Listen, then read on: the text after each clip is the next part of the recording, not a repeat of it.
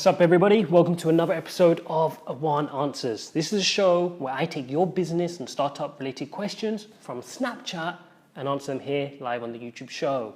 Okay, so here's the rules, guys. Here's my snap code up here. My videographer here doesn't want to be named, so we're going to call him Max. So Max, can you link up my snap code here? Make sure everybody can see it. Guys, pause the video, scan the code here using Snapchat, add me as a friend, Snapchat me your questions, and I'll make sure they're featured on the next show. So let's get started, guys.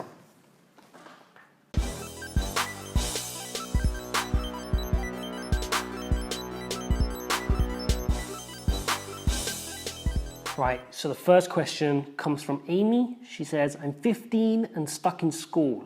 How can I get started in business? Good question, good question. Now, before we get into this, guys, school is super important. So I know a lot of my audience here are youngsters that are interested in startups. And those are the people that I'm aiming to give advice and tips to. But school is important. So I would never say to quit school or university. Stay focused, get that done. But at the same time, you can start building your entrepreneurial traits and really training yourself, okay?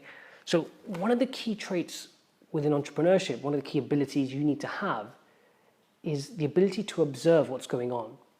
To observe what are people wanting and how can you provide that, okay? So I'll give you a story. When I was 15, I would never have called myself an entrepreneur.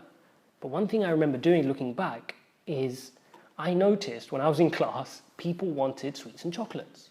I noticed that. People just wanted sweets and chocolates whilst they're in class. So what did I do? Well, I would go to the store in the morning, buy multi-packs, and then in class, when everybody wanted chocolates, I would give them to them for a higher price. So I charged them £1 for a small chocolate bar.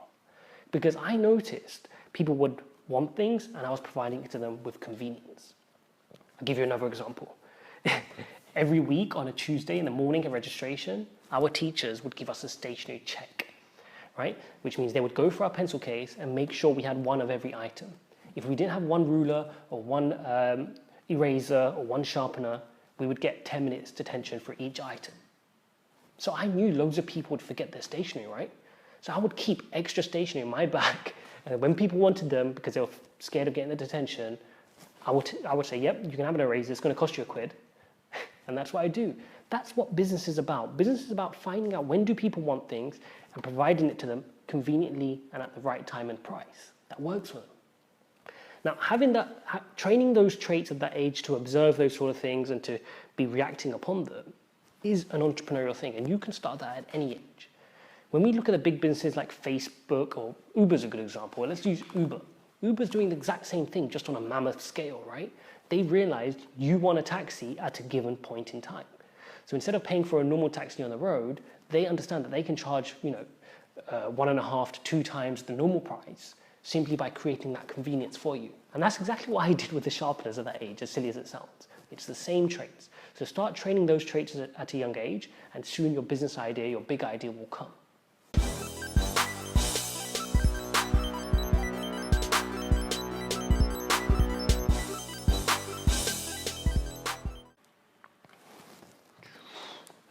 Check it out. Cheers sticker.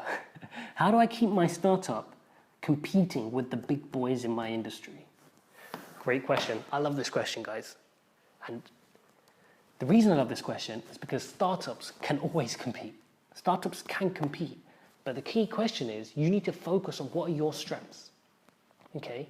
For example, if I'm competing with Walmart or Asda, I can't in certain aspects. For example, I will never get my prices to compete with them if I've opened one store and I'm just a startup. But I can focus on the benefits of being a startup, right? What are the benefits? Well, I'm agile. I can move quickly. I can hire and fire people quickly. I can change my product lines quickly. I can change my marketing campaigns quickly. Asda or Walmart can't.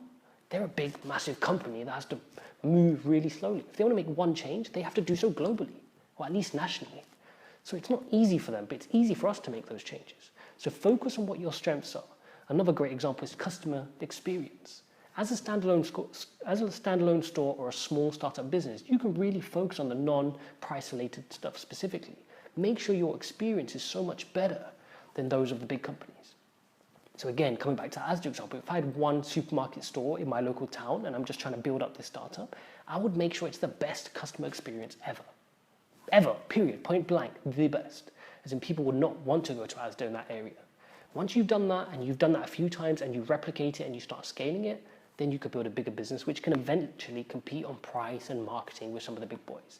But that's a long way from now. As a startup, you're agile, you're quick, you can make decisions on the spot, and you don't need to wait for it to clear this massive corporate structure.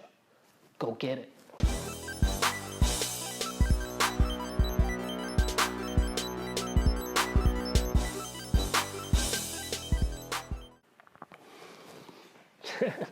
Guys, check out this emoji.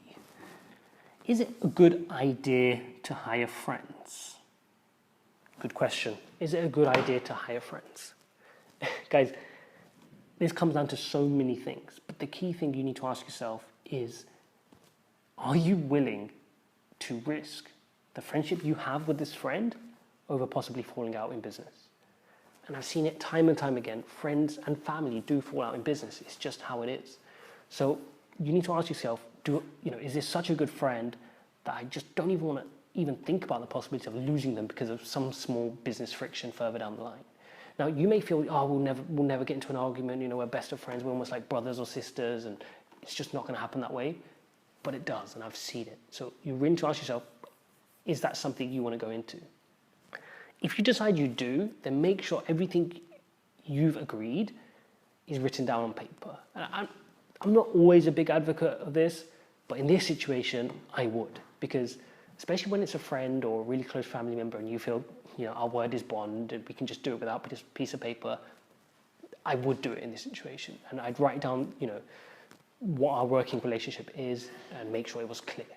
Just because they're your friend doesn't mean they don't get a job description, for example. Treat them exactly how you would treat everybody else in your team. Don't show them favoritism just because they're a family member, okay? So, yeah, it just comes down to that fundamental point, guys. Can you risk losing that relationship over business? And I get it. Sometimes as a startup, it's easier to hire your friends and family because you can explain your vision to them and they can maybe take a pay cut and really get stuck in and you can trust them. So in those situations, there's so many different benefits of getting your friends involved, but at the same time, it's risky. Business gets tough. You may need to, scale back on your employees and maybe you need to let them go. And at that point, where does that leave your relationship? So make sure you have a clear understanding. Make sure you write down any headlines of the relationship you have, whether it's partners in the business or whether it's they're just an employee in your business, in which case give them a clear job description so they know what they're supposed to do. And then, after that, just good luck. Another note on this question of hiring your friends. Whatever you do, don't just hire your friend because you feel obligated to, because they've been your best friend forever and that you owe something to them. Make a business decision at that point. You only hire your friends or family, and this counts, I've seen this happen with family as well, if you really think they can add value, okay? There's a lot of nepotism going on in business now where people feel, especially entrepreneurs, they feel the need to bring their family into the business. And what I would say to that is only bring your family into the business, particularly within key positions, if you really think they can add value and you really think they can help you move the business forward. Otherwise, if you just want to hire your family just to look after them, say, within the business, then put them in different roles, not business critical roles, and make sure you go out and hire real talent for your key roles to make sure you have a long-term sustainable business. If you just want a lifestyle business and you're happy with your business where it is and keep it stagnant at one level, then by all means, hire your family, put them in the key positions. But make sure you're making decisions for the long-term longevity of your business, okay? So only hire your family if you genuinely think they can add value. And don't get me wrong, of course, many times your family can add value. If your brother's a lawyer or your brother's an accountant, they can really help you in certain areas in the business, then by all means, bring them in. Of course, they're gonna, maybe take a lower salary or they might give you extra hours than going and hiring someone from outside, in which case that's a no-brainer. Go and do that. But make sure, like I said, the headlines of your relationship are listed out so there isn't friction going forward. And that's it, guys. Just a quick episode there. 3 questions I picked from Snapchat. Remember, if you want to feature your question on the show, you have to add me on Snapchat. Max, link this up here for us, mate. Put the snap code there. Guys, go and add me on Snapchat. Ask your questions there, and I'll make sure they're featured in the next show. But until then, don't forget to be tenacious, stay focused, keep working hard. Go catch me on Instagram, go catch me on Twitter, say hello, and I'll see you in the next Q&A. Going to try and get these out so much more frequently. Let's get it.